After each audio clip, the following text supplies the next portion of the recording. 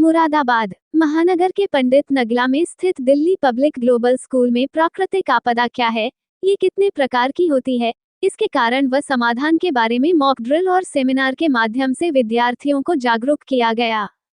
प्राकृतिक आपदा क्या है? प्राकृतिक रूप से अचानक होने वाली कोई घटना जैसे बाढ़ आना, भूस्खलन होना, आंधी आना, भूकंप आना, ज्वालामुखी का फटना, ग्लेशियर का पिघलना आदि प्राकृतिक आपदा कहलाती है। आदि जानकारी विद्यार्थियों को दी गई।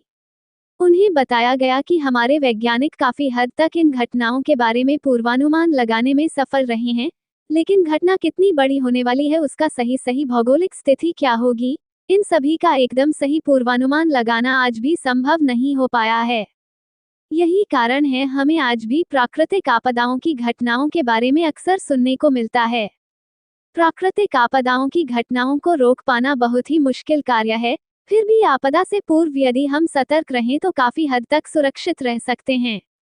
इन्हीं सब बातों की जानकारी देने हेतु स्कूल में किसी भी आपदा से बचने के लिए एक मॉक ड्रिल का आयोजन किया गया, जिसके अंतर्गत अचानक एक सायरन बजाया गया, जिसके बाद इवैक्यूएशन प्लान के मुताबिक किस कक्षा के बच्चों एवं टीचर्स को आपदा के समय अपना बचाव करते हुए कैसे व किधर से नीचे खुले स्थान पर आना है, इसकी प्रैक्टिस कराई गई।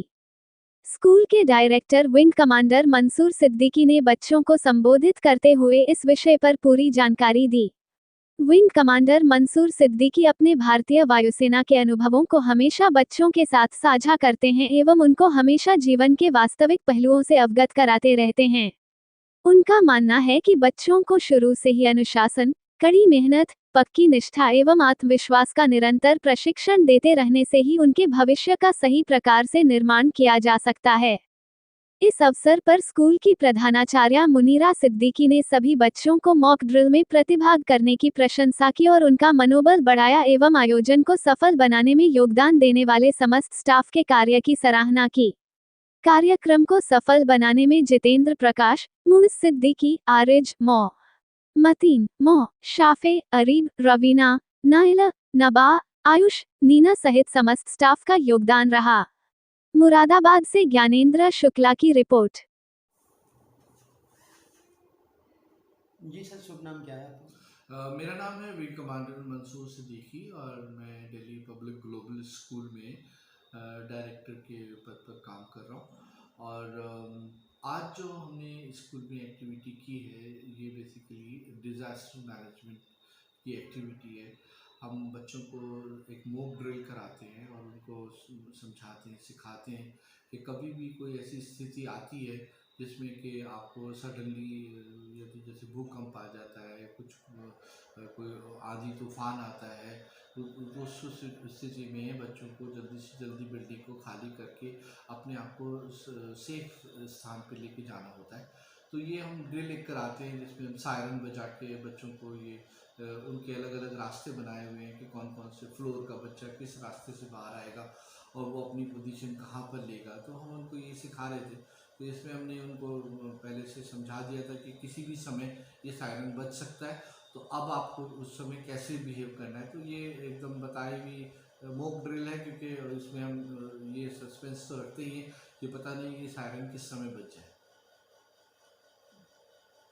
और जो स्कूल है उन लोगों से क्या कहना चाहेंगे इसके बारे में?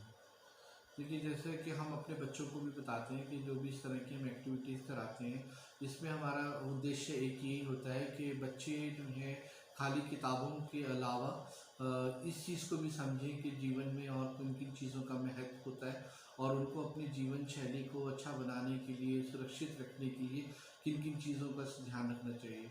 इसी तरह से हम जैसे यातायात के नियम हैं, यातायात के पालन करने के उद्देश्य से भी सेमिनार करते हैं, बच्चों को उसमें भी मतलब पेरेंट्स को भी बुलाते हैं, उनको भी बात करते हैं।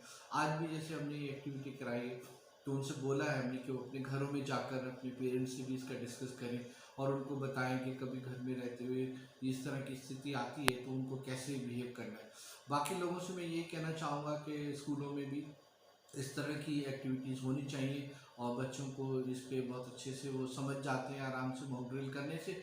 और उनको ये बात ध्यान रहती है कि कभी अगर ऐसी स्थिति आती है तो हमें कैसे बिहेव करना है। सर कुछ बच्चे स्कूल के लिए बाइक से जाते हैं, बिना हेलमेट भी दे के जाते हैं। उन लोगों के लिए अदरवाइज़ स्कूल में जो पढ़ते हैं, उन लोगों से आप क्या कहना चाहेंगे? हाँ, देखिए ये भी क्योंकि ये यातायात के ऊपर नहीं था इस समय, लेकिन अगर हम जैसे यातायात के बीच-बीच में बताते हैं, असेंबलीज़ में भी बताते हैं कि बच्चों को ये माँ-बाप की ज़िम्मेदारी बन जाती है कि वो बच्चों को इस तरह से बिना ड्राइविंग लाइसेंस के गाड़ी ना दें, टू व्हीलर्स भी ना दें। और अगर उन्होंने ड्राइविंग लाइसेंस ले रखा है तो वो खुद भी इस बात का ध्यान रखें, पेरेंट्स भी, क्योंकि बच्चे भी कहीं न कहीं माँ-बाप को देखकर ही आगे चलते हैं। तो वो भी ध्यान रखें और बच्चों को भी ये सुनिश्चित करें कि कोई भी बच्चा टू व्हीलर्स में बिना हेलमेट के ना चले, उसका साथी जो पीछे बैठा हुआ है वो भी बिना हेलमेट के ना हो। अब क्योंकि शहर में पूरे में रेड लाइट्स लगी हैं, मुरादाबाद शहर स्मार्ट सिटी बनता जा रहा है, तो इसको उनको भी पालन करना चाहिए, रेड लाइट पे आगे जंप करके नहीं जाना है और हर चीज़ का ध्यान रखते हुए काम करना है। तो मैं यही कहना चाहूँगा कि पेरेंट्स की जिम्मेदारी सबसे ज़्यादा बनती है कि वो बच्चों को यातायात के नियमों के बारे में बताएं और खुद भी